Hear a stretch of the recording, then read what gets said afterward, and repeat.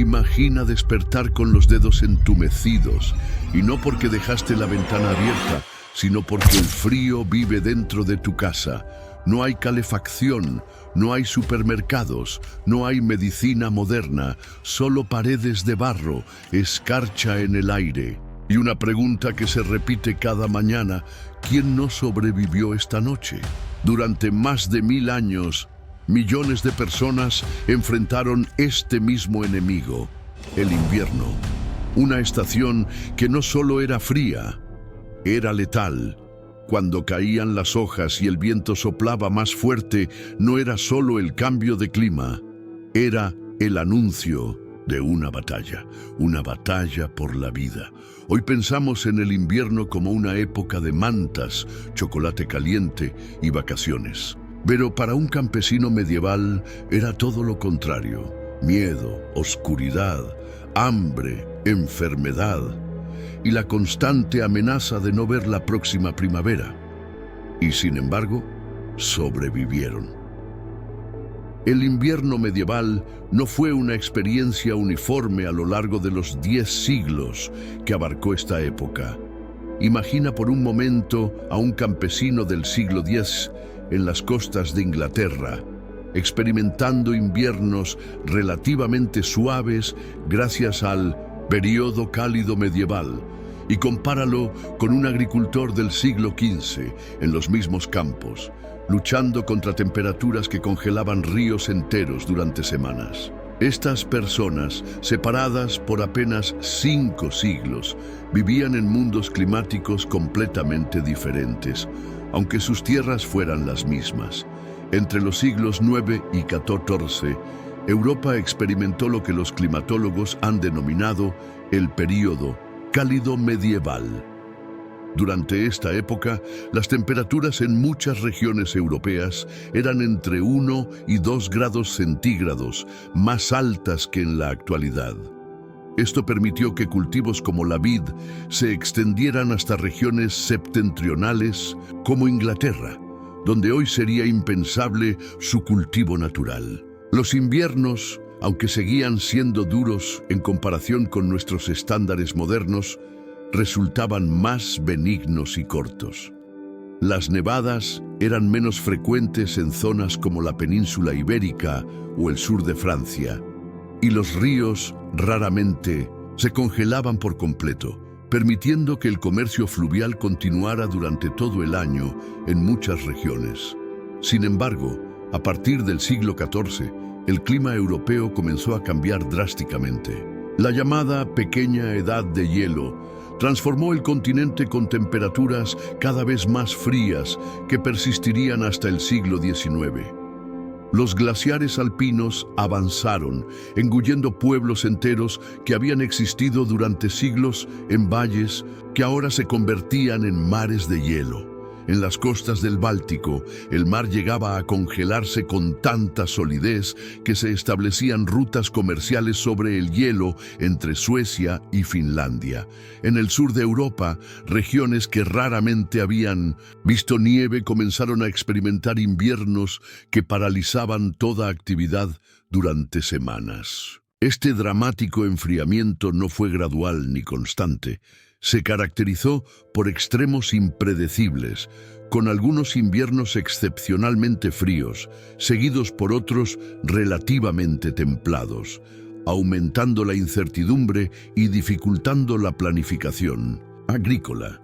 Las diferencias regionales eran tan pronunciadas como las temporales. Mientras los habitantes de Escandinavia desarrollaron técnicas especializadas para lidiar con nevadas que podían alcanzar varios metros de altura, construyendo casas con techos extremadamente inclinados y almacenando provisiones para muchos meses, los pobladores mediterráneos estaban más preocupados por las lluvias torrenciales que podían inundar sus campos y pudrir sus cosechas. En las regiones montañosas, como los Alpes o los Pirineos, las comunidades quedaban completamente aisladas durante meses, desarrollando culturas de autosuficiencia extrema. En las llanuras de Europa Central, el viento era el mayor enemigo, con cintos, ventiscas que podían matar a cualquiera que se aventurara fuera sin la protección adecuada. Esta diversidad de experiencias invernales moldeó culturas regionales distintivas en toda Europa. En el norte, donde la oscuridad invernal era tan amenazante como el frío, las tradiciones relacionadas con las luces, velas, antorchas, fuegos, adquirieron un profundo significado simbólico que persiste hasta nuestros días en celebraciones, como Santa Lucía en Suecia.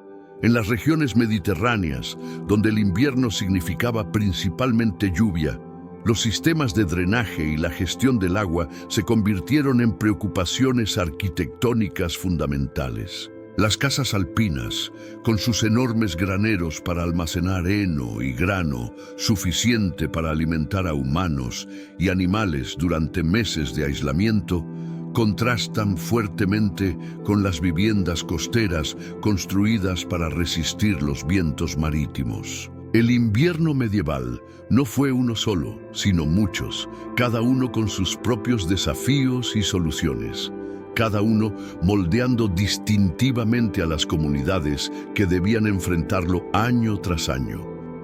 Las crónicas medievales están repletas de relatos sobre inviernos tan severos que alteraron el curso de la historia europea, demostrando cómo las fuerzas climáticas podían tener tanto impacto en el destino humano como las decisiones de reyes y papas. Entre 1315 y 1322, Europa enfrentó una catástrofe que los historiadores han denominado la Gran Hambruna, desencadenada no por un frío excesivo, sino por un fenómeno igualmente devastador: lluvias incesantes que se extendieron durante 150 días consecutivos en muchas regiones. Imagina los campos convertidos en pantanos, el grano pudriéndose antes de poder ser cosechado, los caminos transformados en lodazales impracticables. Cuando finalmente llegó el invierno, encontró a una población ya debilitada por la escasez de alimentos, sin reservas adecuadas para enfrentar los meses fríos. La hambruna resultante mató entre el 10% y el 15% de la población en zonas de Inglaterra, Francia y los Países Bajos. Familias enteras perecieron en sus hogares, demasiado débiles para buscar ayuda. Los registros fiscales de la época muestran pueblos completos abandonados, sus habitantes muertos o convertidos en refugiados. Los precios de los alimentos se multiplicaron por 10, llevando a disturbios en las ciudades y a crímenes desesperados en las zonas rurales. Hay relatos documentados de canibalismo, padres que sacrificaban a algunos hijos para alimentar a los otros, y ancianos que dejaban de comer voluntariamente para que los más jóvenes pudieran sobrevivir. Esta catástrofe debilitó profundamente la estructura social europea, creando una población malnutrida y vulnerable que apenas una generación después sería devastada por la peste negra. Un siglo más tarde, entre 1430 y 1440, Europa Central experimentó una década de inviernos excepcionalmente severos que los científicos modernos han podido confirmar analizando anillos de crecimiento en árboles centenarios. En 1431, el río Rin se congeló desde los Alpes hasta el Mar del Norte, permitiendo que caravanas de carros atravesaran su superficie helada. En París, los lobos hambrientos entraban en la ciudad por el río Sena congelado, atacando a los ciudadanos debilitados por el hambre. En Estonia y Livonia, pueblos enteros fueron abandonados cuando el ganado murió de frío en los establos. Las crónicas monásticas describen cómo el vino se congelaba en los cálices durante la misa y cómo los pájaros caían muertos de los árboles. El invierno de 1438 quedó grabado en la memoria colectiva como uno de los más terribles de la historia europea. En Escocia, según registros contemporáneos, no solo se congelaron las botellas de vino y las reservas de agua, sino que el mar se solidificó hasta 1 milla desde la costa. En los Alpes, avalanchas de nieve sin precedentes sepultaron pueblos enteros bajo varios metros de hielo. Pero lo más asombroso fue cómo este frío extremo alcanzó regiones mediterráneas que raramente experimentaban heladas. En Italia central, lagos que nunca antes se habían congelado soportaron el peso de carretas, y en partes de la península ibérica, la nieve alcanzó profundidades de más de 2 metros, algo prácticamente desconocido en la región. Las consecuencias políticas y económicas de estos inviernos catastróficos fueron profundas. La escasez de alimentos provocó revueltas campesinas que desestabilizaron reinos. Los excesivos impuestos para financiar graneros comunales o reparar infraestructuras destruidas por el hielo alimentaron el resentimiento contra los gobernantes. Las migraciones masivas de personas hambrientas alteraron la demografía de regiones enteras. Incluso acontecimientos militares clave fueron determinados por el clima.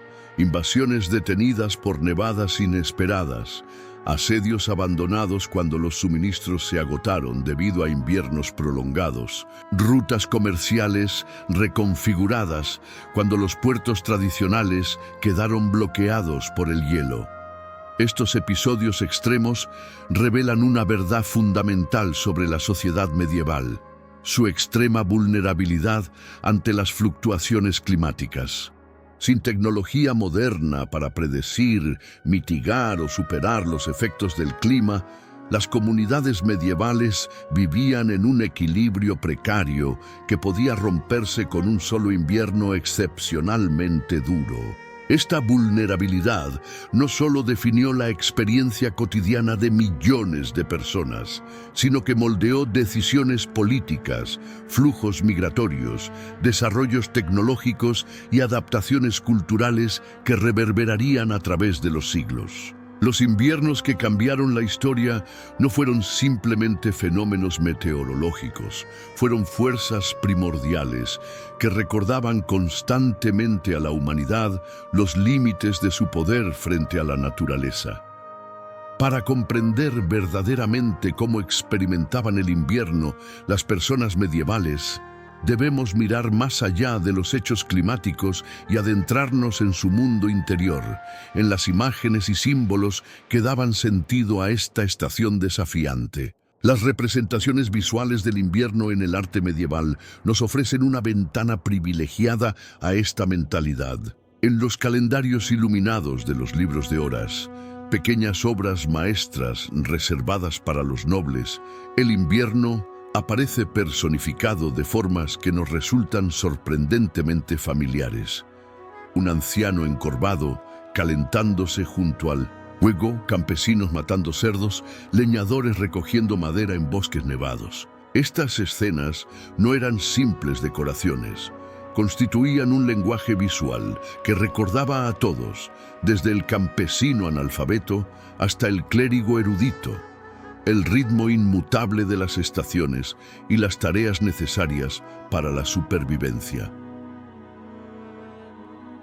Entonces, los manuscritos más elaborados, los meses invernales de diciembre, enero y febrero, se representaban con colores fríos, azules, grises, plateados, que contrastaban dramáticamente con los tonos cálidos y dorados de los meses estivales. Enero, especialmente, se mostraba como un periodo de introversión y recogimiento. Figuras vestidas con gruesas capas sentadas ante mesas repletas, simbolizando la importancia de las reservas acumuladas.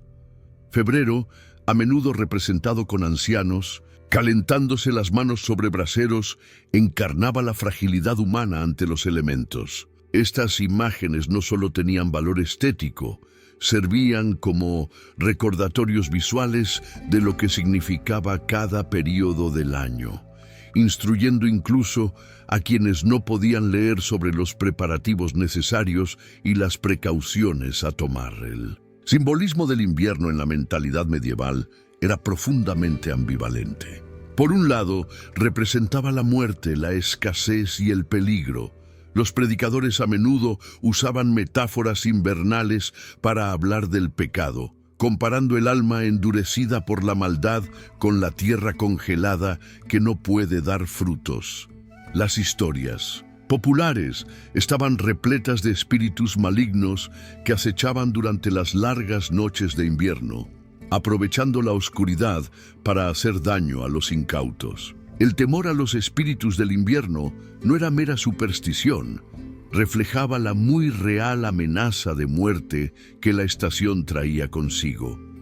Pero paradójicamente, el invierno también simbolizaba valores positivos: el descanso necesario de la tierra, la reunión familiar alrededor del hogar, la oportunidad para la reflexión y la introspección que los meses de trabajo incesante no permitían. Las personificaciones del invierno en la cultura medieval reflejan esta dualidad. En los ciclos escultóricos que decoraban las catedrales, las representaciones alegóricas de las estaciones mostraban al invierno como un anciano barbado, a veces malhumorado y amenazante, pero otras veces sabio y contemplativo.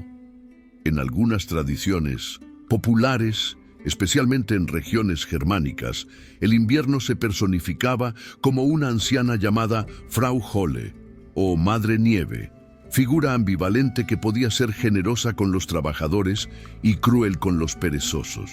Estas personificaciones ayudaban a las comunidades a relacionarse con fuerzas naturales impersonales, transformándolas en entidades con las que se podía negociar mediante rituales y ofrendas.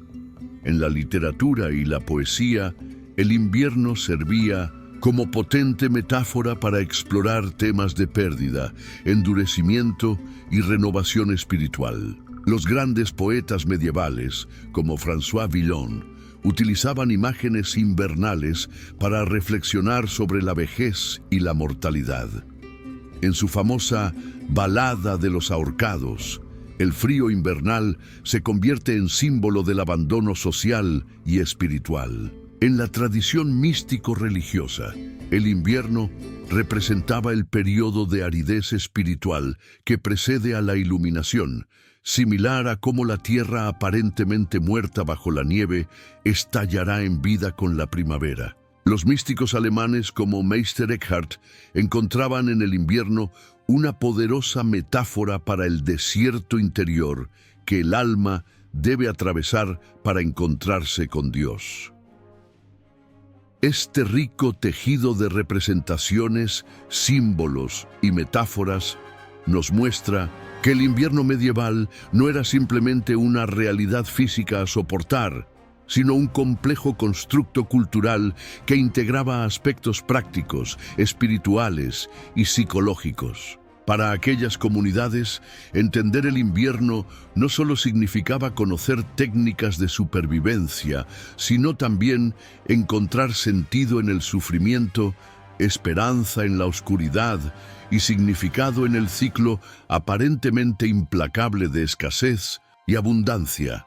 El imaginario invernal medieval nos recuerda que los seres humanos no solo sobreviven adaptándose físicamente a su entorno, sino también creando marcos simbólicos que les permiten dar sentido incluso a las experiencias más duras. ¿Qué hacía cuando terminaba un invierno en la Edad Media? La respuesta sorprenderá a nuestra mentalidad moderna: comenzar a prepararse para el siguiente. A diferencia de nuestra vida contemporánea, donde las estaciones representan cambios en nuestras actividades de ocio o vestuario, para el campesino medieval, cada mes tenía un propósito específico en la implacable batalla por sobrevivir al próximo invierno. Mientras nosotros organizamos nuestro tiempo según proyectos laborales o vacaciones, ellos lo hacían siguiendo un ciclo natural que había permanecido prácticamente inalterado durante siglos. La primavera no era simplemente una estación de flores y renovación. Apenas la tierra comenzaba a descongelarse en febrero o marzo, los campesinos salían a los bosques para recolectar madera. No se trataba de una actividad casual, sino de una tarea meticulosamente planificada. Necesitaban identificar árboles caídos durante el invierno, cortarlos en trozos manejables y transportarlos a sus hogares antes de que comenzara la temporada de siembra. Esta madera, secada lentamente durante meses, proporcionaría el combustible necesario para sobrevivir al próximo invierno. Simultáneamente, era el momento de esquilar las ovejas.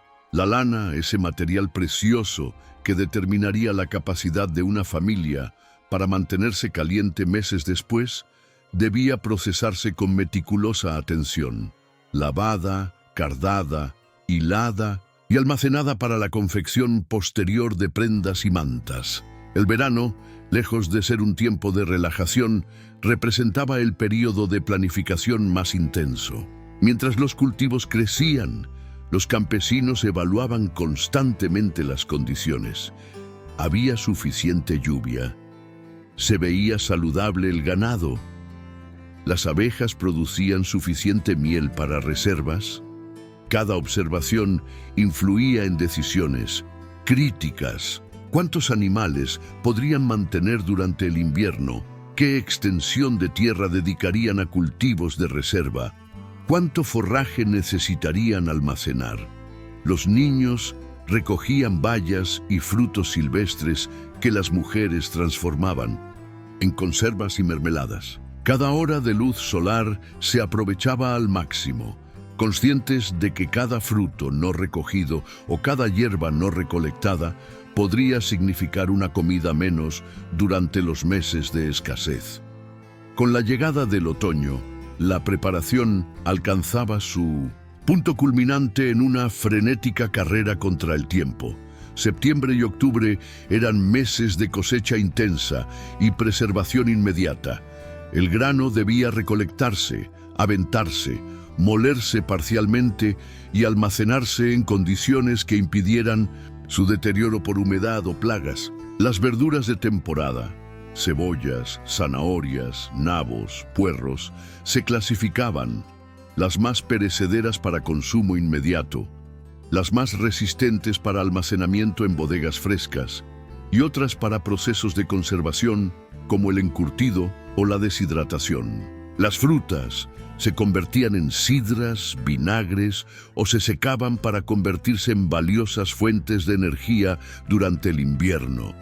Nada podía desperdiciarse. Cada recurso no aprovechado representaba un riesgo potencial para la supervivencia. Este ciclo anual de preparación constante moldeaba no solo las actividades diarias, sino la mentalidad completa de las comunidades medievales. Los refranes, canciones y proverbios que aún perduran en muchas culturas europeas reflejan esta preocupación perpetua. En agosto, frío en rostro. Por San Martín, mata tu gorrín y destapa tu vinín. Quien en marzo no poda su viña, pierde. La vendimia. El calendario estaba marcado por festivos religiosos que, lejos de ser meras celebraciones espirituales, funcionaban como recordatorios prácticos de tareas esenciales. La fiesta de la Candelaria, 2 de febrero, marcaba el momento de evaluar las reservas restantes. San Juan, 24 de junio, señalaba el tiempo de recolectar hierbas medicinales. Michaelmas, 29 de septiembre, indicaba el momento de preparar la tierra para los cultivos de invierno. En este mundo, la supervivencia no era cuestión de improvisación, sino de un plan meticuloso que abarcaba todo el año y entrelazaba indisolublemente lo práctico y lo espiritual. Guardar alimentos para el invierno no era un lujo para el medieval, sino el umbral mismo entre la vida y la muerte. En un mundo sin refrigeración eléctrica, sin enlatados industriales y sin cadenas de suministro globales, la conservación de alimentos era una ciencia doméstica sofisticada, transmitida de generación en generación, con la misma reverencia que los conocimientos religiosos. Imaginemos por un momento una familia campesina a mediados de octubre. Los graneros ya contienen la cosecha principal, pero ahora viene el momento decisivo de transformar los alimentos perecederos en reservas que sobrevivirán los meses de frío y escasez. El 11 de noviembre, festividad de San Martín, marcaba en casi toda Europa el momento culminante de esta preparación, la matanza del cerdo. No era casualidad que este ritual se realizara cuando el frío comenzaba a asentarse, pero antes de las heladas más intensas.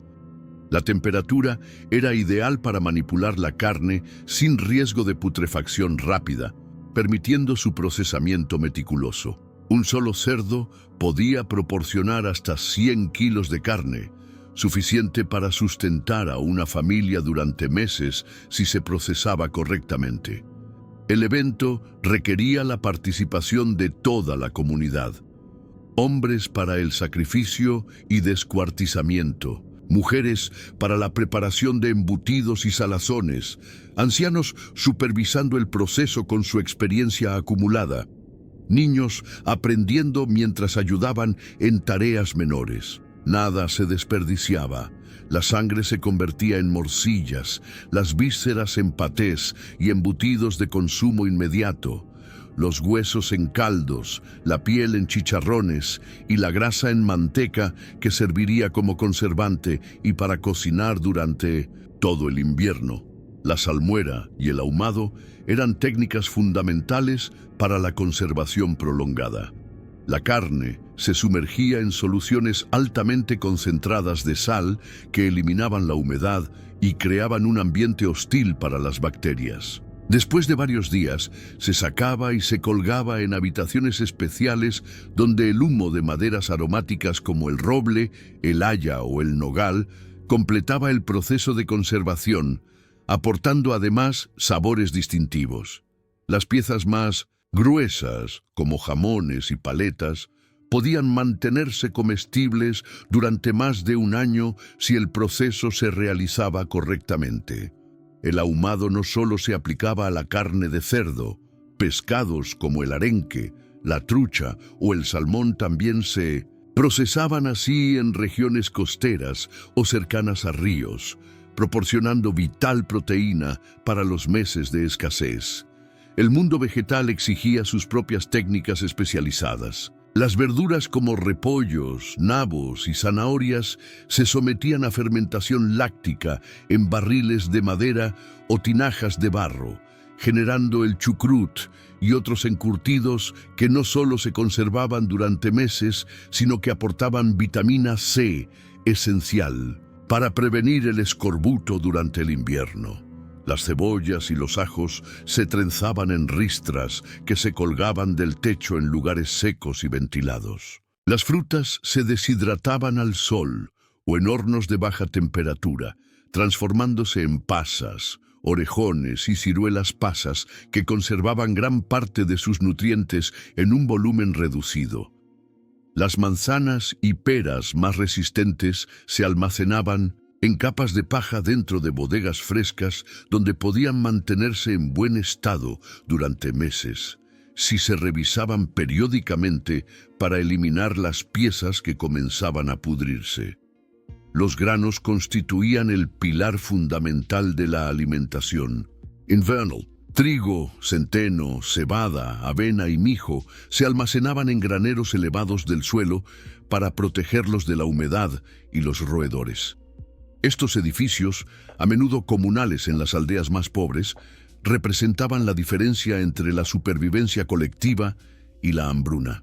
Para proteger el grano, se colocaban plantas aromáticas repelentes, como la hierba de San Juan, entre los sacos, y gatos que mantenían a raya a las ratas y ratones. Una familia de 4 personas necesitaba aproximadamente 1 tonelada de grano para sobrevivir desde octubre hasta la próxima cosecha en verano. Este grano se molía gradualmente según se necesitaba, ya que la harina era más vulnerable al deterioro que el grano entero. Para las familias más pobres, el centeno y la cebada sustituían al escaso trigo, resultando en panes más oscuros y densos, pero igualmente nutritivos. Los métodos de conservación no eran solo técnicas de supervivencia, constituían un complejo sistema de conocimiento que definía la identidad cultural de cada región europea. Las hierbas utilizadas para aromatizar embutidos en Baviera diferían de las empleadas en Provenza.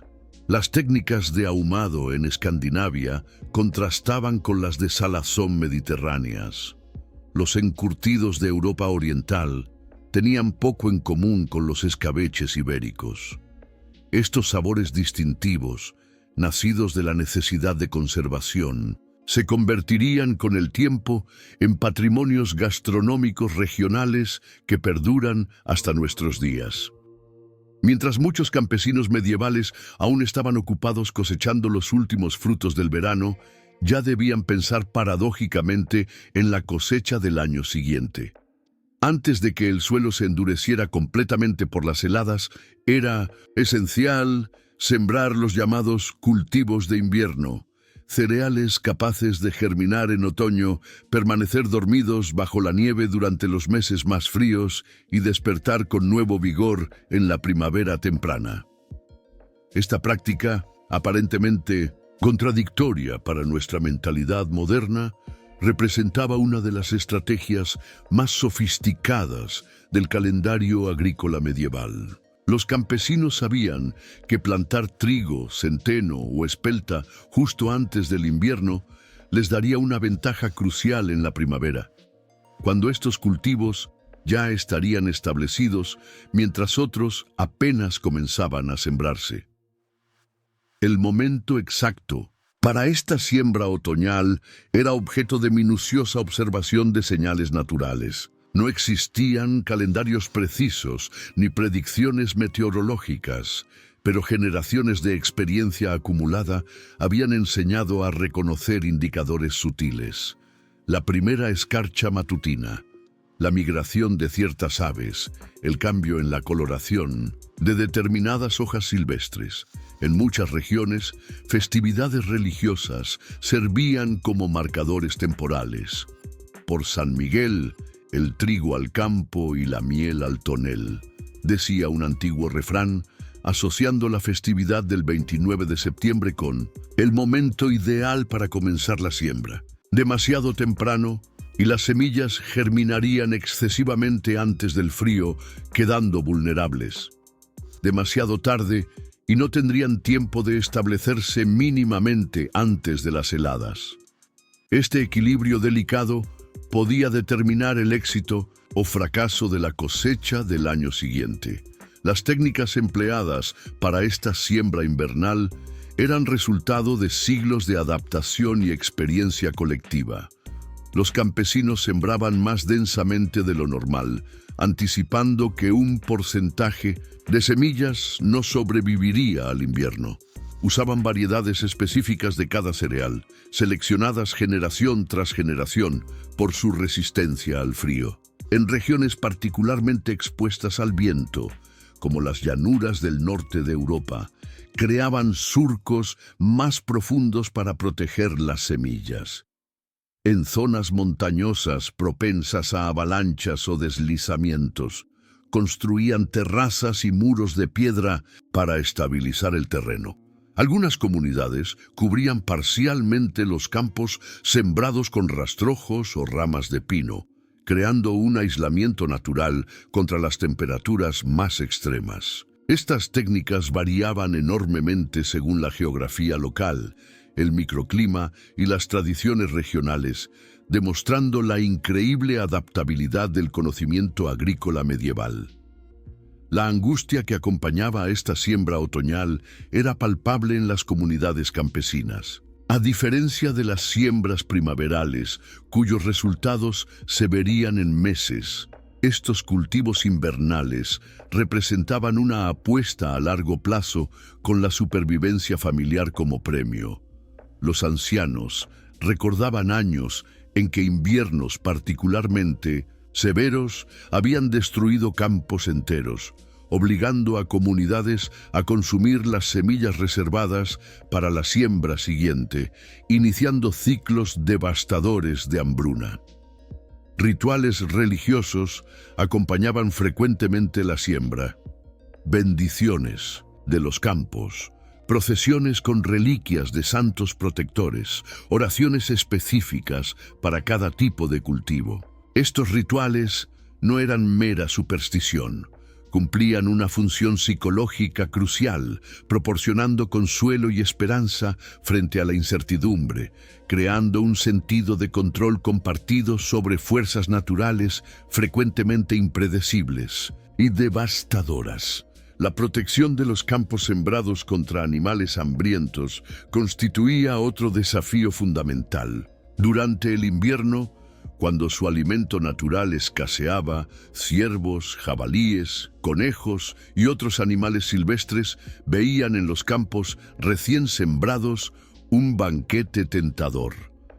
Las comunidades organizaban turnos de vigilancia, construían cercas temporales con ramas espinosas, cavaban zanjas perimetrales y usaban espantapájaros rudimentarios.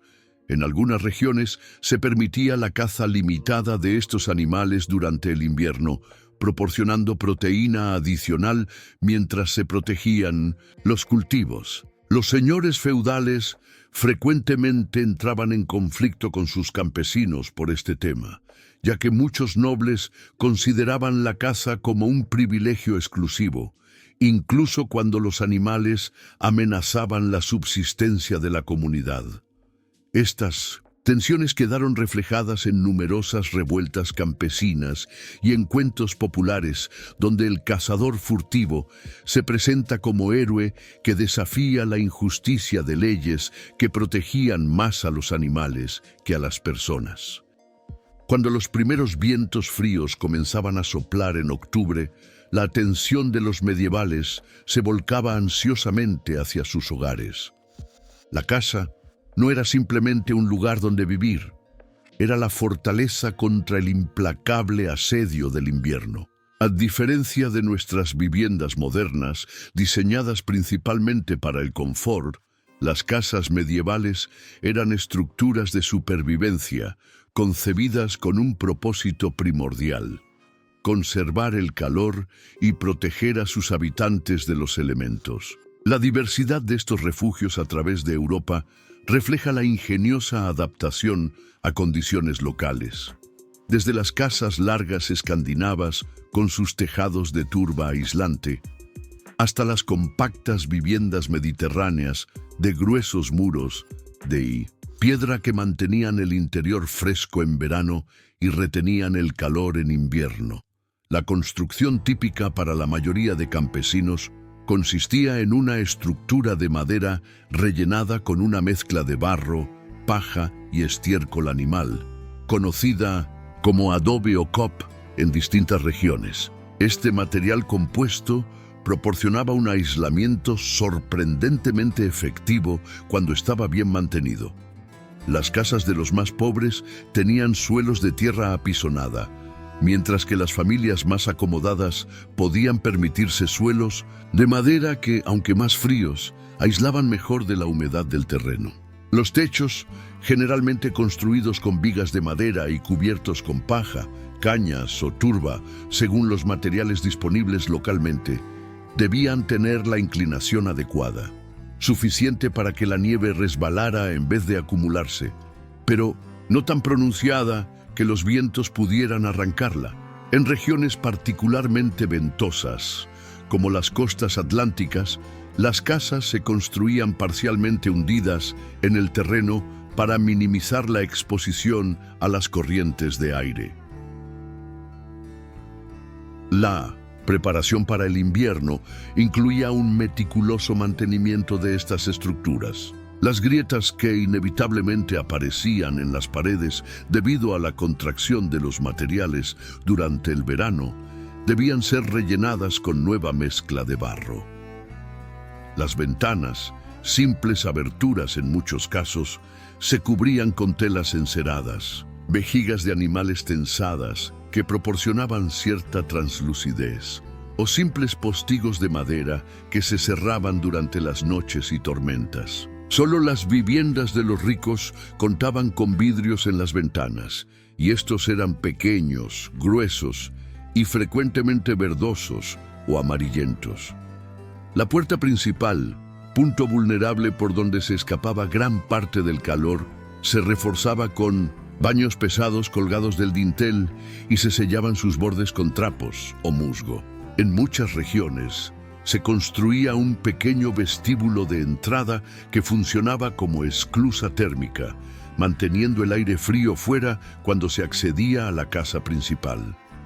El elemento central de toda vivienda medieval era indudablemente el hogar, la fuente principal de calor, luz y el lugar donde se preparaban los alimentos. En las casas más primitivas, este consistía simplemente en un fuego abierto en el centro de la habitación principal, con el humo escapando a través de un agujero en el techo. Esta disposición, aunque ineficiente y humeante, permitía que el calor se distribuyera uniformemente. Las viviendas más avanzadas contaban con chimeneas adosadas a una pared, una innovación que se fue extendiendo gradualmente desde el siglo XII. El combustible variaba según la región: leña en zonas boscosas, turba en áreas pantanosas, carbón en algunas regiones de Inglaterra. Mantener este fuego encendido día y noche durante los meses de invierno representaba una preocupación constante. Las técnicas para conservar brasas bajo cenizas durante la noche eran conocimientos esenciales transmitidos de padres a hijos. Perder el fuego en medio de una tormenta invernal podía significar un peligroso viaje hasta el vecino más cercano para obtener nuevas brasas. Una característica distintiva de muchas casas campesinas medievales era la convivencia entre humanos y animales bajo el mismo techo. Esta práctica, que puede parecernos insalubre desde nuestra perspectiva moderna, respondía a una lógica implacable de supervivencia invernal. Los animales, especialmente vacas y caballos, generaban considerable calor corporal que ayudaba a templar el ambiente. Además, mantenerlos dentro protegía valiosos recursos de los que dependía la familia. Una vaca muerta por hipotermia significaba meses sin leche. Un caballo congelado implicaba perder la fuerza de trabajo para la siguiente temporada agrícola. Típicamente, una pared baja o un nivel ligeramente más bajo del suelo separaba el espacio humano del animal, pero el calor y, desafortunadamente, también los olores se compartían libremente. En zonas particularmente frías como Escandinavia o las regiones alpinas, incluso las gallinas y otros animales menores podían traerse temporalmente al interior durante las peores tormentas. La ropa en la Edad Media no era una cuestión de moda o expresión personal, sino literalmente una cuestión de vida o muerte cuando llegaba el invierno. A diferencia de nosotros, que cambiamos nuestro vestuario completo según la temporada, los medievales, especialmente los campesinos y clases bajas, poseían muy pocas prendas que debían adaptar ingeniosamente para todas las condiciones climáticas. Una familia campesina típica podía poseer apenas 2 conjuntos de ropa por persona, uno para el trabajo diario y otro, ligeramente mejor conservado, para ocasiones especiales y festividades religiosas. Con estos limitados recursos, la protección contra el frío invernal exigía estrategias creativas y conocimientos textiles profundos, transmitidos principalmente entre mujeres a lo largo de generaciones. El principio fundamental del vestir medieval era la superposición de capas, un sistema sorprendentemente efectivo que los montañistas modernos redescubrirían siglos después. La primera capa, en contacto directo con la piel, era invariablemente el chemisé o camisa de lino para hombres y mujeres por igual. El lino, aunque no particularmente cálido, tenía la vital propiedad de absorber la transpiración corporal. manteniéndola alejada de la piel. Esta función era crucial para prevenir hipotermia, ya que la humedad en contacto con el cuerpo acelera peligrosamente la pérdida de calor. Estas camisas eran prendas largas que cubrían desde los hombros hasta las rodillas o incluso más abajo, proporcionando protección a zonas vulnerables como la parte baja de la espalda. Para las piernas, tanto hombres como mujeres usaban calzas o medias separadas para cada pierna, unidas en la cintura en el caso masculino o simplemente atadas sobre la rodilla para las mujeres, cuyos vestidos cubrían el resto. Sobre esta base de lino venían las capas intermedias, normalmente confeccionadas con lana, el material térmico por excelencia del mundo medieval. La lana posee propiedades aislantes excepcionales incluso cuando está húmeda, característica vital en el clima frecuentemente lluvioso y nevado del invierno europeo. Los hombres llevaban túnicas de lana hasta la rodilla, ceñidas con cinturones, que no solo definían la silueta, sino que, crucialmente, eliminaban espacios por donde podría filtrarse el aire frío. Las mujeres vestían sayas o vestidos largos, confeccionados con tejidos de lana cada vez más gruesos conforme avanzaba el invierno. Estas prendas básicas se complementaban con sobretúnicas y jirones adicionales cuando el frío arreciaba. A diferencia de nuestras prendas modernas, estas capas no se confeccionaban específicamente para el invierno. Eran las mismas usadas durante todo el año, pero adaptadas ingeniosamente para la estación fría mediante forros desmontables. Estos forros, verdaderos salvavidas durante los meses más fríos, representaban la aplicación práctica de conocimientos tradicionales sobre materiales aislantes. Las familias más humildes utilizaban paja de centeno finamente trillada, que creaba una capa de aire aislante entre el cuerpo y el exterior.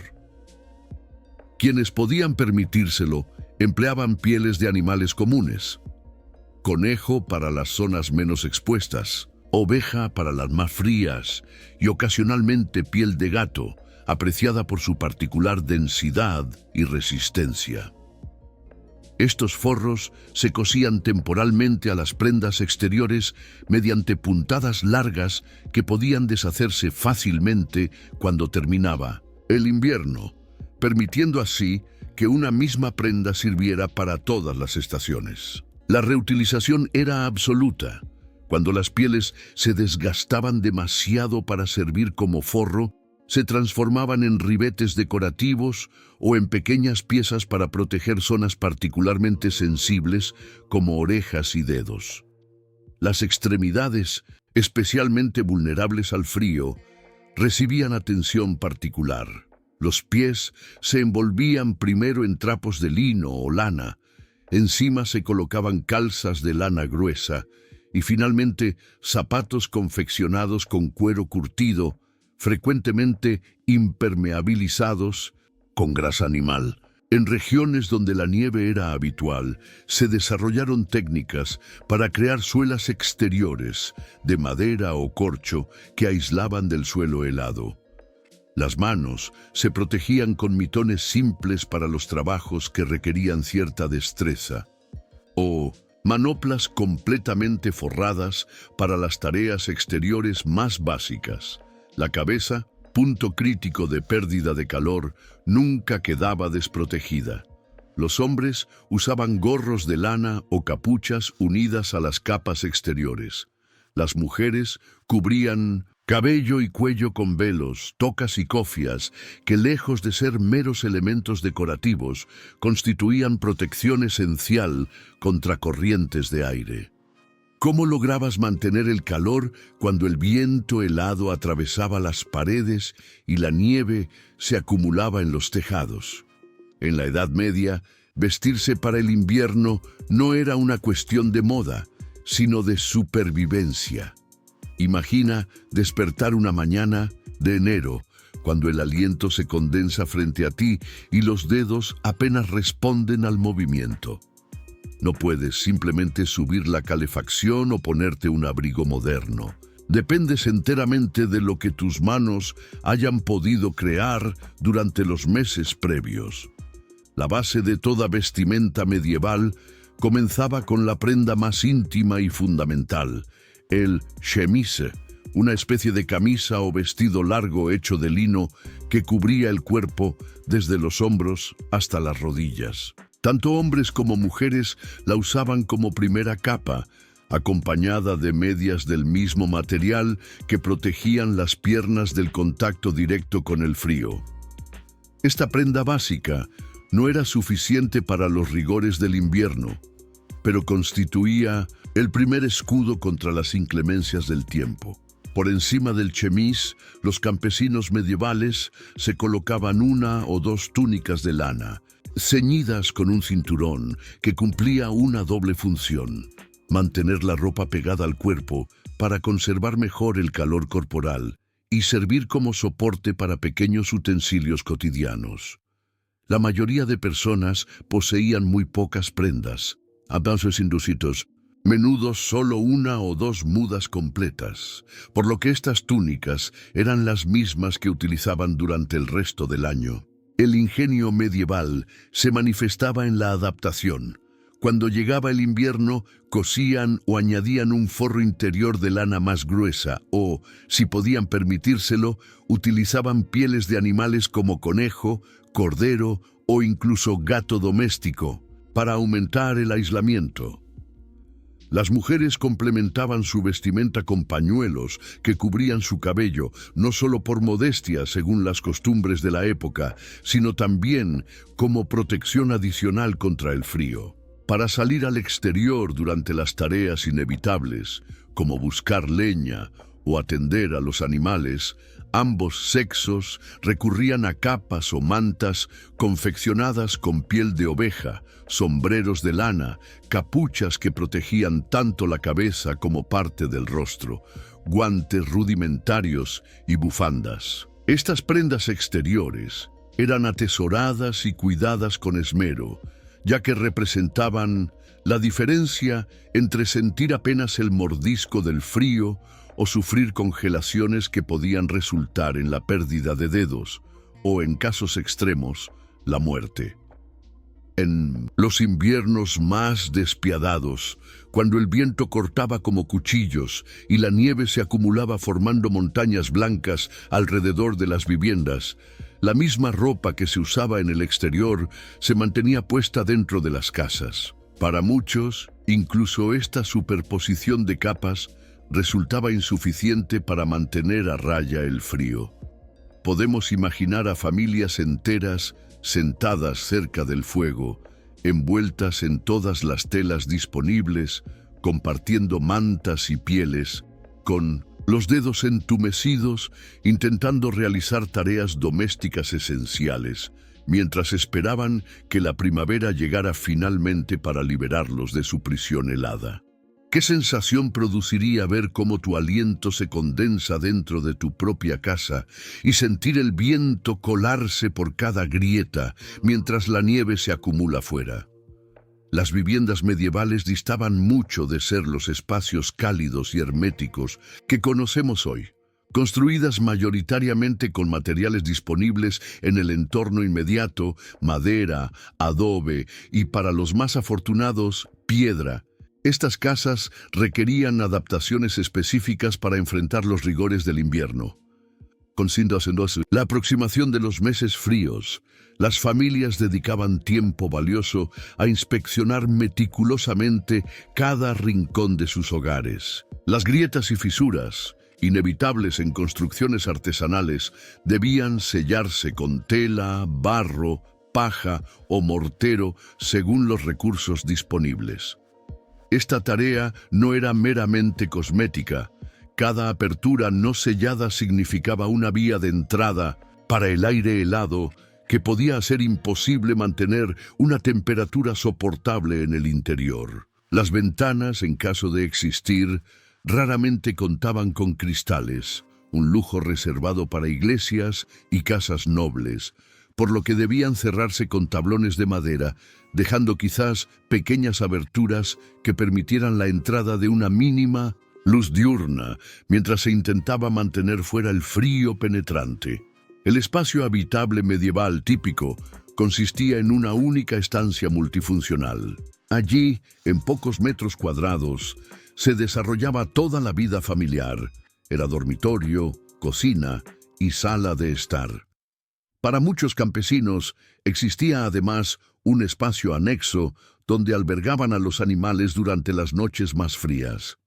Esta práctica respondía a una lógica pragmática. Los animales generaban calor corporal que ayudaba a templar el ambiente, convirtiéndose en calefactores naturales que podían marcar la diferencia entre una noche tolerable y una de sufrimiento extremo. Vacas, cerdos, cabras e incluso gallinas podían compartir espacio con la familia durante los meses más duros, creando un ambiente cargado de olores, pero decididamente más cálido.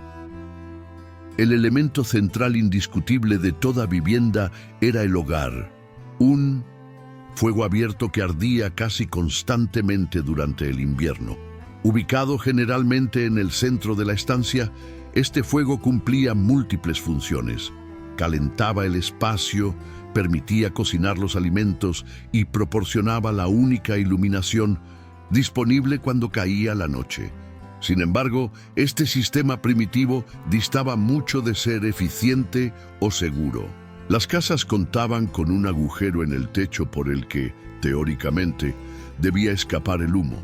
Pero la realidad era que gran parte quedaba atrapada en el interior, llenando la estancia de una neblina acre que irritaba los ojos y empeoraba los problemas respiratorios, especialmente durante los meses en que las personas permanecían más tiempo bajo techo.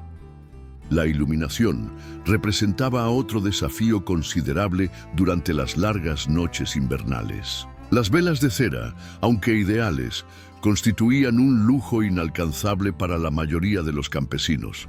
En su lugar, utilizaban antorchas rudimentarias fabricadas con trozos de tela empapados en grasa animal. Estas improvisadas fuentes de luz, junto con el fuego siempre encendido del hogar, representaban un peligro constante de incendio. Una chispa perdida, un descuido momentáneo, podía resultar en una catástrofe que dejaba a las familias sin techo en pleno invierno, una situación que equivalía prácticamente a una sentencia de muerte. No es de extrañar que entre las oraciones nocturnas de muchas familias medievales se incluyera la súplica de protección contra el fuego, tan necesario como peligroso durante los meses fríos. ¿Cómo transcurrían los días cuando el mundo exterior se convertía en un páramo blanco, hostil e intransitable? Con la llegada de la Navidad, marcando el inicio del periodo más crudo del invierno, la vida de los campesinos medievales experimentaba una profunda transformación. Los campos helados dejaban de requerir atención y el tiempo que normalmente se dedicaba a las labores agrícolas quedaba liberado. Estas festividades, más allá de su significado religioso, representaban un respiro anímico vital, un momento de celebración comunal antes de enfrentarse a los meses más duros y desoladores del año. Tras los festivos días navideños, enero arribaba con toda su crudeza, trayendo consigo las nevadas más intensas. No era inusual que familias enteras quedaran efectivamente aisladas durante semanas, confinadas en sus hogares, mientras la nieve se acumulaba en montones que alcanzaban alturas considerables. Este aislamiento forzoso redefinía la existencia cotidiana, obligando a las personas a volcarse en tareas domésticas que habían sido postergadas durante los ajetreados meses de cosecha. Con las manos finalmente libres de la labor agrícola, los hombres se dedicaban a reparar herramientas, afilar cuchillos, fabricar utensilios y moler el grano almacenado para producir la harina necesaria para el pan diario, sustento básico e imprescindible en la dieta medieval. Las mujeres, por su parte, aprovechaban estas semanas de recogimiento para hilar la lana esquilada meses atrás, tejiéndola en telares rudimentarios para confeccionar prendas nuevas o remendar las existentes. Los dedos ágiles trenzaban la paja para producir cestas, esteras y otros objetos de cestería que podrían venderse una vez que los mercados recobraran su actividad en primavera. Estas labores manuales no eran mero pasatiempo, sino actividades económicas complementarias que podían proporcionar ingresos adicionales a familias que vivían perpetuamente al borde de la subsistencia. A pesar del frío exterior, ciertas tareas cotidianas no podían interrumpirse. El ganado que había sobrevivido a la matanza otoñal, principalmente vacas y cabras, requería atención diaria. Estos animales seguían proporcionando productos lácteos que enriquecían la monótona dieta invernal, además de suero de leche utilizado en la conservación de alimentos mediante encurtidos. Las gallinas, resistentes incluso en climas hostiles, continuaban poniendo huevos ocasionales que representaban una valiosa fuente de proteína fresca. La alimentación se completaba con carne salada y ahumada procedente de la matanza de San Martín, pan negro, caldos espesos de cereales y verduras encurtidas. La bebida principal era la cerveza casera, más segura que el agua de muchas fuentes, complementada ocasionalmente con agua de nieve derretida cuando otros recursos escaseaban. Las noches invernales traían consigo un frío penetrante que se combatía con ingeniosas soluciones. Las familias dormían juntas, compartiendo camas y aprovechando el calor corporal colectivo, una práctica que, más allá de cualquier incomodidad, podía marcar la diferencia entre sobrevivir o sucumbir durante las noches más gélidas. Para calentar previamente las camas, muchos empleaban el método de las piedras calientes.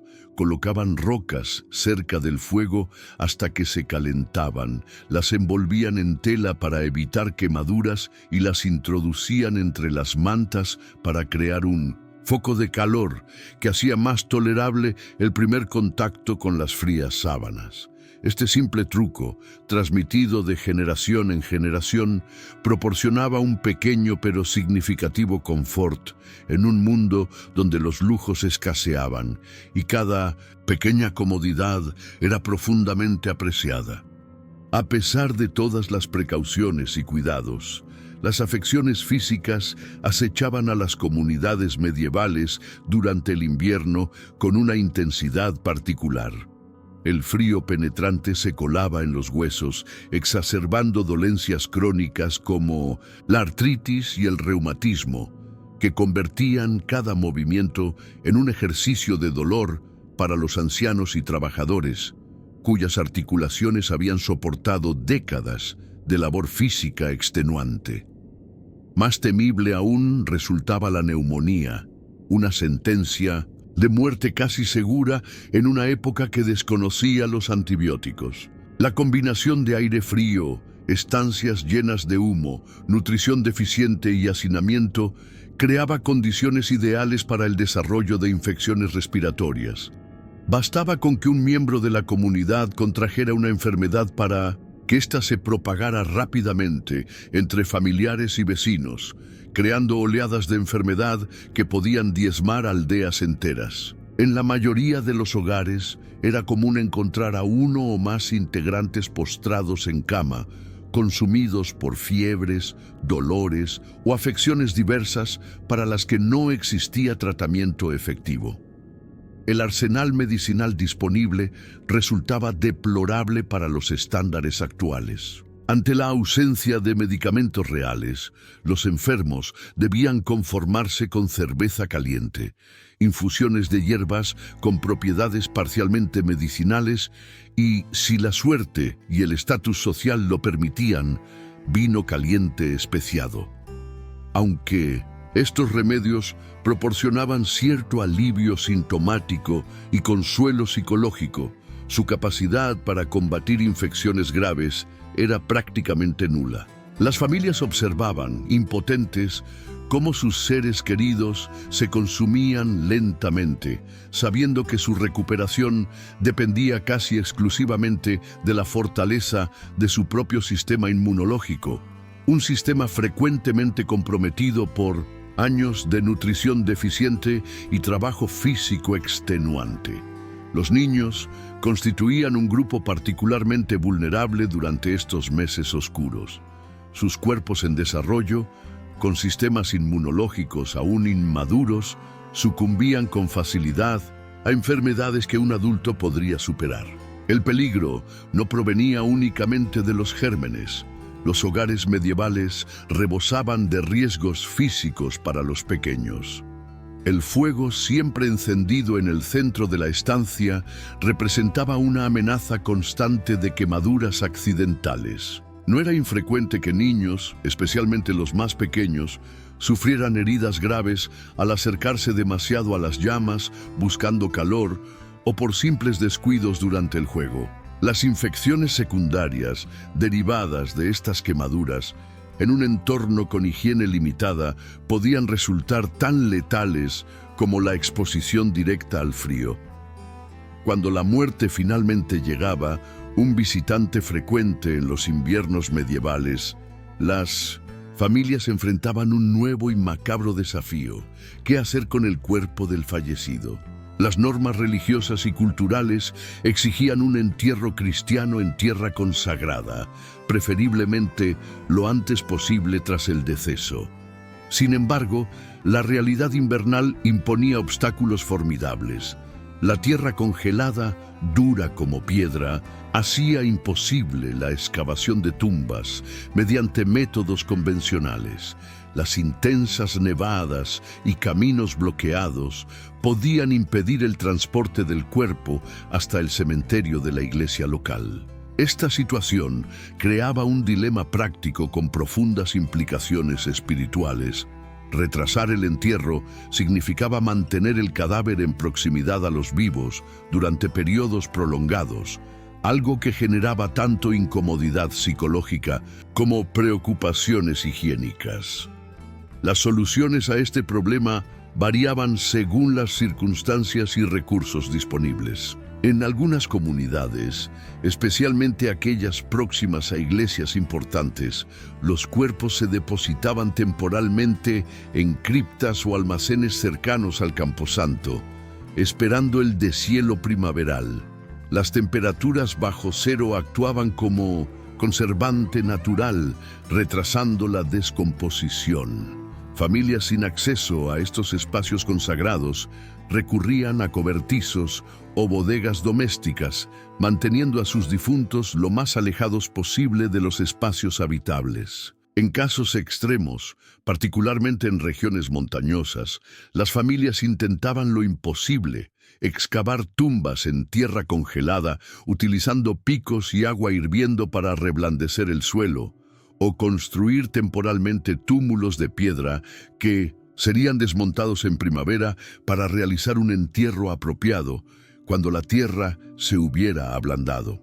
Los periodos de mortalidad excepcionalmente elevada, no infrecuentes durante inviernos particularmente severos, llevaban a soluciones más drásticas y dolorosas. Las fosas comunes, donde los cuerpos se acumulaban anónimamente, unidos en la muerte, como lo habían estado en la lucha por la supervivencia. ¿Era posible encontrar alegría y diversión cuando el mundo exterior parecía haberse transformado en un páramo helado?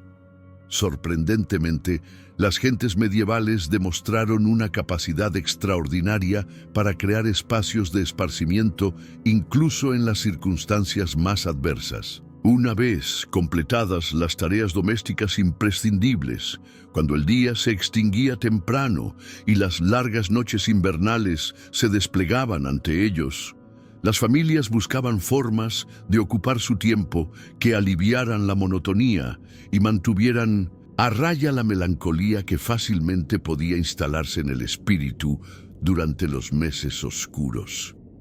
Las veladas junto al fuego se transformaban en momentos privilegiados para la narración oral, una tradición profundamente arraigada en la cultura medieval. Ancianos compartían con los más jóvenes historias transmitidas durante generaciones, cuentos de héroes legendarios, relatos de santos y mártires, fábulas con animales parlantes que encerraban lecciones morales y, por supuesto, leyendas locales que explicaban fenómenos naturales o advertían sobre peligros de la región. Estas narraciones cumplían múltiples funciones. Entretenían, educaban, reforzaban valores comunitarios y, quizás lo más importante durante el aislamiento invernal, creaban un sentido de continuidad y pertenencia que resultaba psicológicamente reconfortante frente a la fragilidad de la existencia cotidiana. Los juegos de mesa ofrecían otra forma preciada de pasar el tiempo. Entre los más populares se encontraban los juegos de tablas, antecesores medievales del actual backgammon, que consistían en mover fichas sobre un tablero siguiendo tiradas de dados. Estos juegos, relativamente simples en su concepto, pero que permitían desarrollar estrategias complejas, podían mantener entretenidas a familias enteras durante horas. Los juegos de dados puros, donde la suerte determinaba completamente el resultado, también gozaban de gran popularidad entre todas las clases sociales. El ajedrez, por su parte, representaba una diversión más refinada, generalmente reservada para nobles y clérigos educados, aunque versiones simplificadas podían encontrarse ocasionalmente en hogares campesinos acomodados, cuando el clima ofrecía una tregua momentánea, permitiendo salir al exterior sin riesgo extremo. Los habitantes medievales aprovechaban para disfrutar de la belleza única que el invierno desplegaba sobre el paisaje. Las evidencias iconográficas y escritas nos muestran que las peleas de bolas de nieve constituían un pasatiempo común y apreciado, que permitía no solo divertirse, sino también ejercitar el cuerpo entumecido por la inactividad. Estas batallas nevadas adquirían dimensiones adicionales en comunidades vikingas y nórdicas, donde se consideraban parte del entrenamiento infantil, una oportunidad para desarrollar puntería, resistencia al frío y habilidades tácticas básicas que resultarían útiles en la vida adulta, especialmente para los futuros guerreros. En regiones donde los lagos y ríos se congelaban con suficiente solidez, el patinaje sobre hielo se convirtió en una actividad tanto recreativa como práctica. Los primeros patines eran confeccionados con huesos de animales, pulidos y atados a las botas mediante tiras de cuero.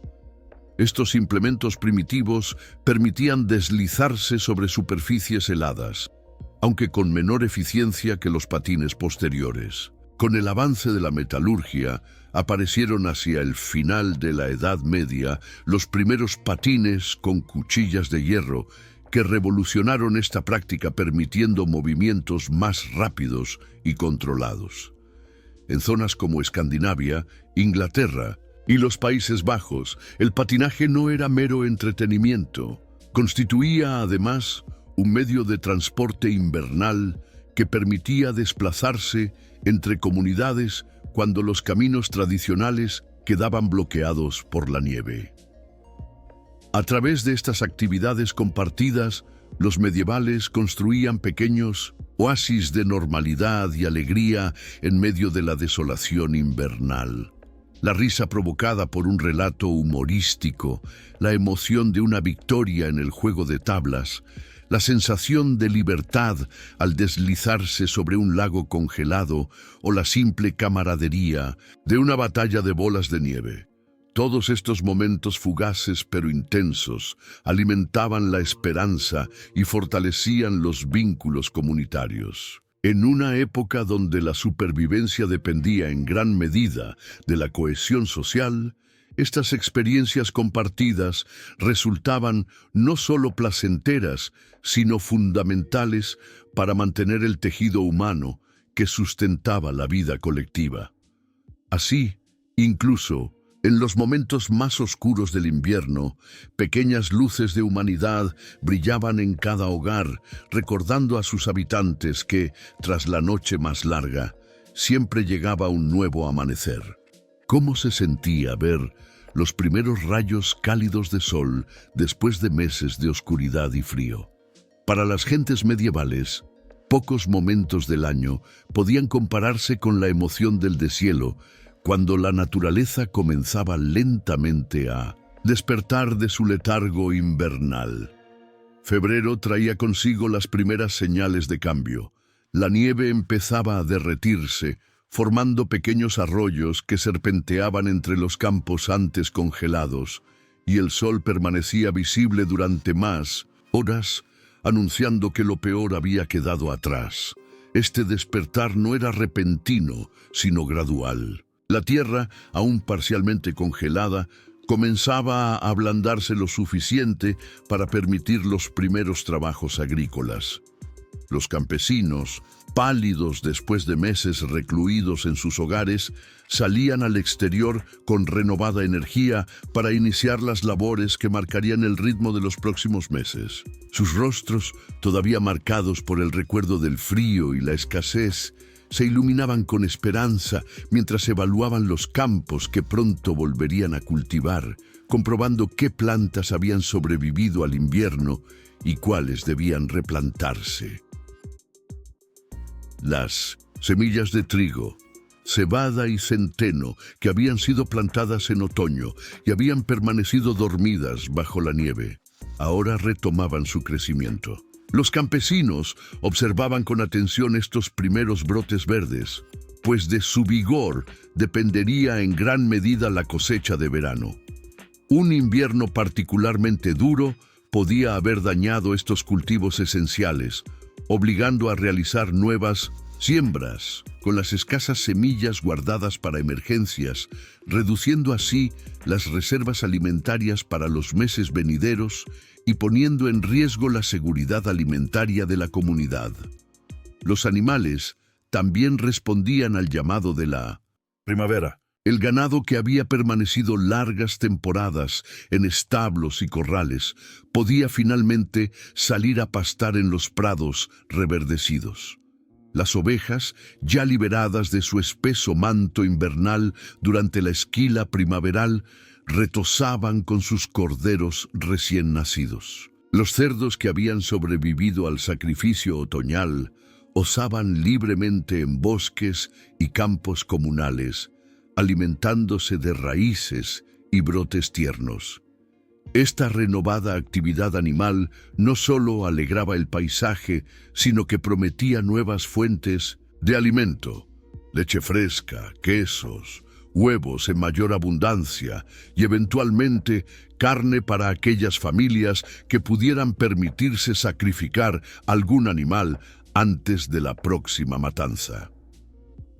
Con el retorno de temperaturas más clementes, la vida comunitaria también florecía nuevamente. Los mercados locales, prácticamente inactivos durante los meses de nieve, recuperaban su bullicio. Artesanos y comerciantes montaban sus puestos ofreciendo productos que habían elaborado durante el recogimiento invernal. Cestas, herramientas reparadas, tejidos, conservas y 1000 objetos más que ahora encontraban compradores entre vecinos ansiosos por renovar sus enseres. Las iglesias, que durante el invierno habían visto una asistencia reducida debido a las dificultades para desplazarse, se llenaban nuevamente de fieles que acudían tanto por devoción como por el placer de reencontrarse con su comunidad. Procesiones y festividades religiosas primaverales, como las vinculadas a la Pascua, adquirían un significado especial tras haber sobrevivido a un invierno más. La resurrección de Cristo reflejaba metafóricamente el renacimiento de la naturaleza y la renovación de la esperanza en cada corazón que había resistido los meses más oscuros. Más allá de las técnicas específicas de supervivencia, su aproximación a esta estación nos revela una profunda sabiduría nacida de la necesidad y pulida por siglos de experiencia colectiva. En primer lugar, destaca la extraordinaria capacidad de planificación a largo plazo. A diferencia de nuestra sociedad contemporánea, acostumbrada a la gratificación inmediata y al acceso constante a recursos, los medievales entendían que la vida era un ciclo donde cada estación requería preparativos específicos para las siguientes. El campesino que en pleno verano ya pensaba en el invierno venidero, apartando semillas, reparando el techo o almacenando leña, nos muestra una visión del tiempo radicalmente distinta a nuestra impaciencia moderna. Esta mentalidad previsora se traducía en una administración meticulosa de los recursos disponibles. Nada se desperdiciaba en el mundo medieval. Cada objeto, alimento o material tenía múltiples usos potenciales. La grasa animal servía tanto para cocinar como para fabricar velas improvisadas. Los huesos se transformaban en herramientas, agujas o botones. Incluso las cenizas del hogar encontraban aplicación como componente para hacer jabón o fertilizante. Esta economía circular, nacida de la escasez y no de preocupaciones ecológicas modernas, representa una forma de relación con los recursos materiales que hemos perdido en nuestra sociedad de consumo y descarte. La interdependencia y cooperación comunitaria constituían otro pilar fundamental de la supervivencia invernal. En un mundo donde el individualismo extremo habría equivalido a una muerte segura, las comunidades medievales desarrollaron complejos sistemas de apoyo mutuo. Desde la matanza colectiva de cerdos hasta la reparación de techos dañados por tormentas, pasando por el cuidado compartido de enfermos, los medievales entendían que la supervivencia individual estaba indisolublemente ligada a la fortaleza del grupo.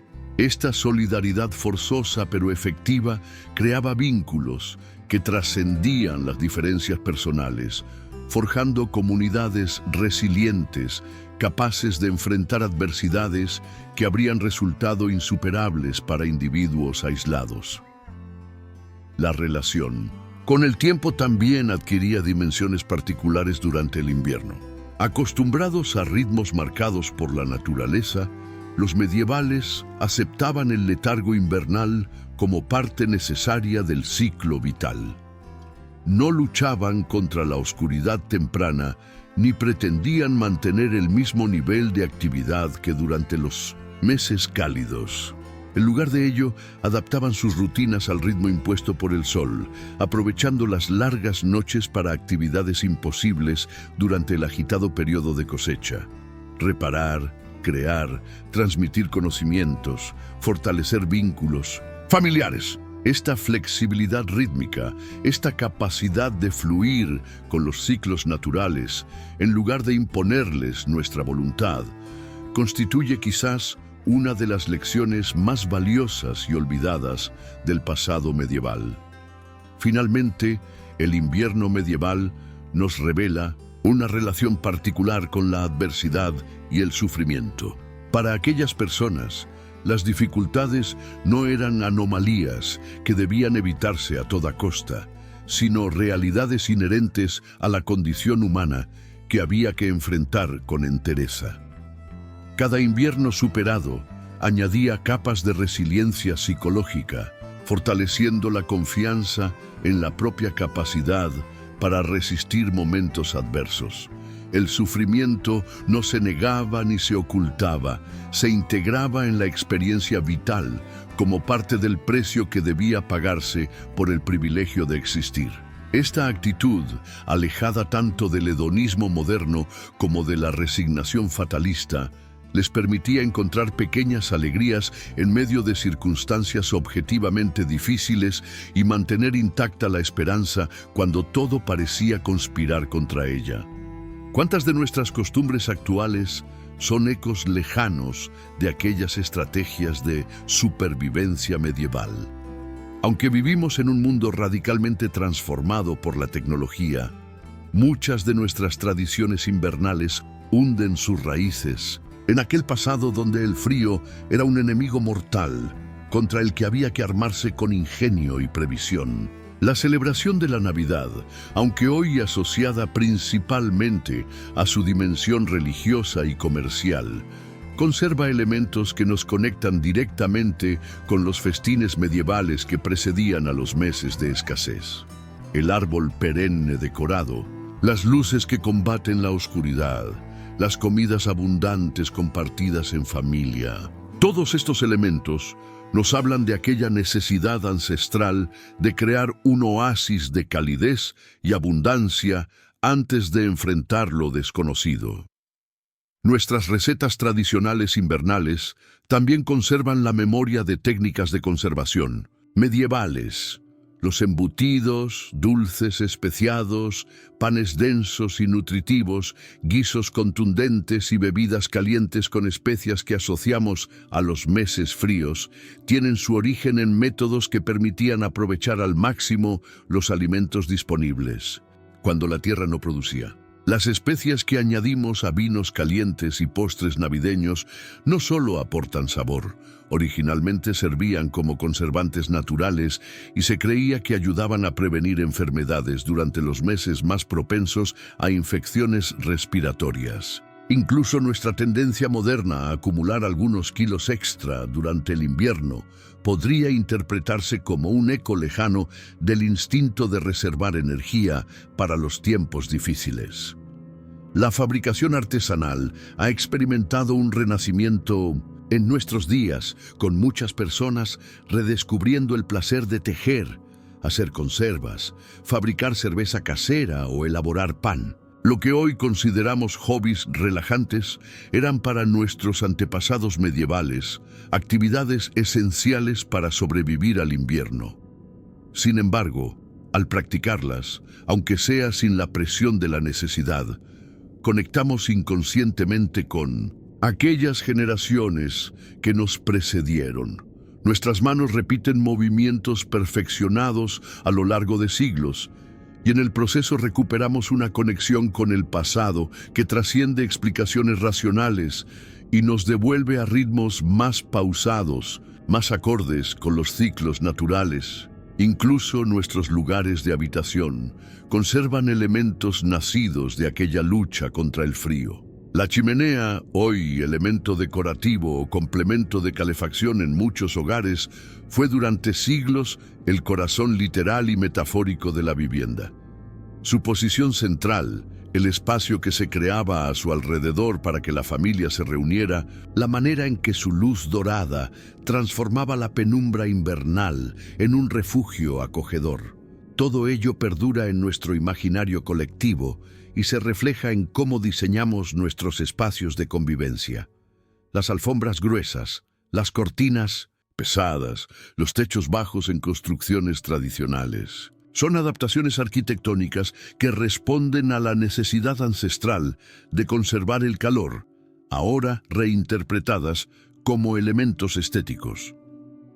La manera en que conceptualizamos y celebramos el final del invierno también conserva ecos medievales. Las festividades primaverales, desde el carnaval hasta las tradiciones pascuales, nos hablan de aquella explosión de alegría y renovación que suponía superar un invierno más. Cuando decoramos nuestros hogares con flores y ramas en primavera, cuando nos sentimos inexplicablemente atraídos hacia los espacios exteriores con los primeros días soleados, cuando experimentamos un incremento de energía y optimismo con la llegada del buen tiempo, estamos reviviendo sensaciones que nuestros antepasados medievales experimentaron con intensidad multiplicada, pues para ellos no se trataba solo de preferencias estacionales, sino de una celebración por haber sobrevivido al enemigo invernal un año más. ¿Podríamos los habitantes del mundo moderno sobrevivir a un invierno medieval? Esta pregunta, lejos de ser un simple ejercicio de imaginación, nos invita a reflexionar sobre habilidades perdidas y dependencias adquiridas. Nuestras sociedades, contemporáneas han construido sistemas sofisticados que nos aíslan efectivamente de los rigores naturales.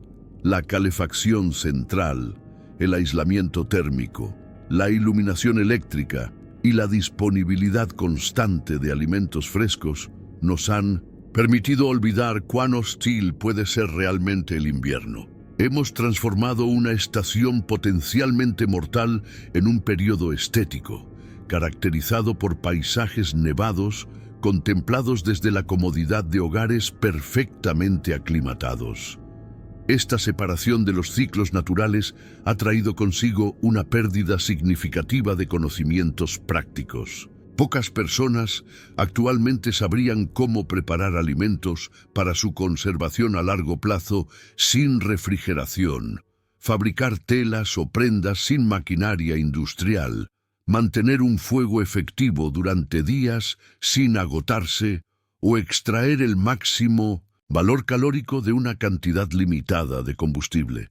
Las habilidades que eran universales en el medievo, tejido, conservación de alimentos, gestión del fuego, reconocimiento de plantas útiles, predicción meteorológica basada en observación directa, son ahora especialidades nicho o hobbies ocasionales. Esta pérdida de autonomía práctica nos ha vuelto extremadamente dependientes de infraestructuras complejas cuya fragilidad solo se hace evidente cuando fallan.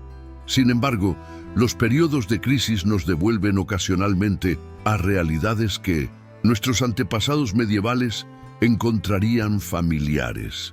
Durante apagones prolongados, temporales severos o disrupciones en las cadenas de suministro, las comunidades modernas redescubren súbitamente el valor de la cooperación local, la gestión cuidadosa de recursos limitados y la adaptación a circunstancias adversas. Estos momentos, aunque traumáticos desde nuestra perspectiva acostumbrada a la comodidad, revelan capacidades latentes de resiliencia y solución creativa de problemas que conectan directamente con el espíritu de supervivencia medieval. El cambio climático añade una dimensión adicional a nuestra relación con el invierno. Mientras las temperaturas globales aumentan, los patrones climáticos se vuelven más erráticos e impredecibles. Esta nueva realidad climática desafía tanto nuestros sistemas técnicos como nuestras concepciones culturales sobre las estaciones. Paradójicamente, podríamos encontrarnos necesitando reaprender algunas estrategias medievales de adaptación y resiliencia para enfrentar un futuro donde la predictibilidad estacional ya no puede darse por sentada. La flexibilidad con que las comunidades medievales se adaptaban a inviernos variables, algunos suaves, otros devastadores, podría ofrecer lecciones valiosas para sociedades que enfrentan desafíos climáticos sin precedentes. Las investigaciones arqueológicas e históricas continúan descubriendo detalles fascinantes sobre cómo las diferentes culturas medievales abordaban el desafío invernal. Cada hallazgo, desde restos de estructuras adaptadas al frío hasta análisis de dietas estacionales o estudios de patrones de mortalidad invernal, enriquece nuestra comprensión de este periodo.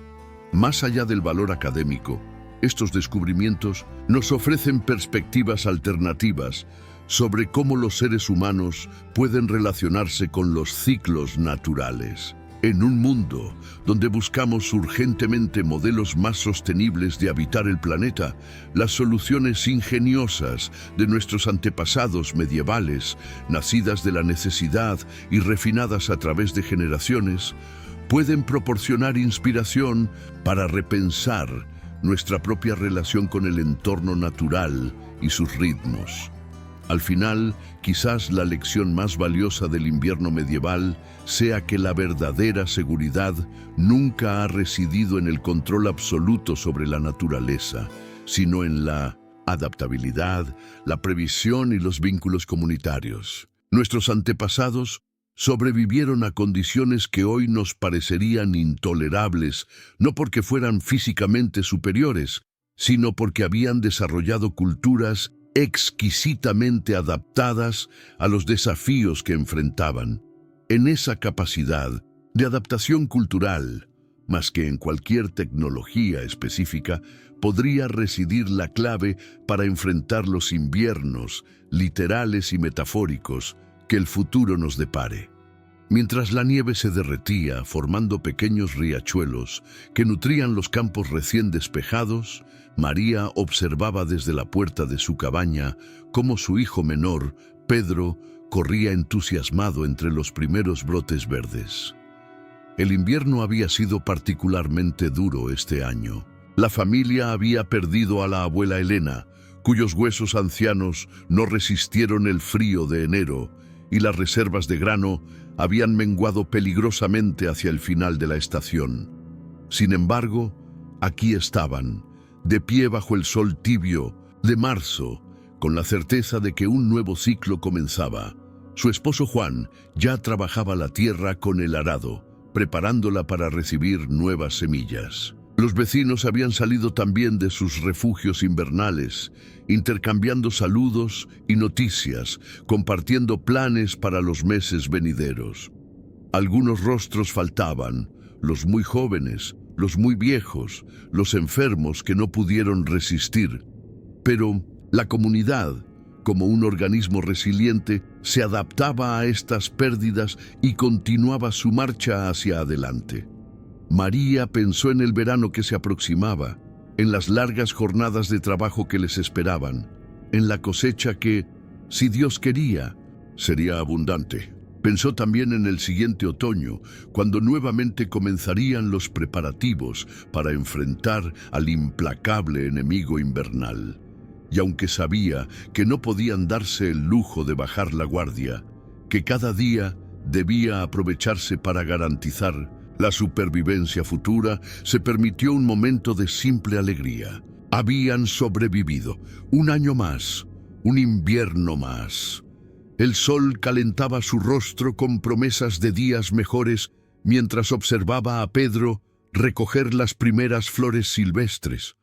La vida seguía su curso, obstinada y resistente como siempre lo había hecho, como siempre lo haría. Y en ese momento de transición entre el frío y el calor, entre la oscuridad y la luz, María comprendió la verdadera lección del invierno medieval. Nada es permanente, ni el sufrimiento más intenso, ni la abundancia más generosa. Todo pasa, todo cambia, todo regresa transformado. Con este conocimiento ancestral grabado en sus huesos, se dispuso a enfrentar un nuevo ciclo de las estaciones, porque así había sido siempre para las gentes medievales, atrapadas en el ciclo eterno de preparación, resistencia, supervivencia y renovación. Un ciclo que, de maneras sutiles y profundas, continúa moldeando nuestra existencia incluso en el mundo tecnológico y aparentemente controlado del siglo XXI. Un ciclo que nos recuerda, cuando nos detenemos a escuchar, que seguimos siendo criaturas estacionales en un planeta regido por ritmos tan antiguos como el tiempo mismo. Y entonces, cuando te preguntes si podrías sobrevivir a un invierno medieval, recuerda que parte de esa capacidad de supervivencia continúa latente en cada uno de nosotros, en nuestros instintos, en nuestras tradiciones, en nuestra capacidad colectiva para adaptarnos y perseverar. El invierno medieval, con todos sus horrores y desafíos, también nos legó lecciones de fortaleza, ingenio y esperanza que continúan siendo relevantes en nuestro propio viaje a través de las estaciones cambiantes de la historia humana.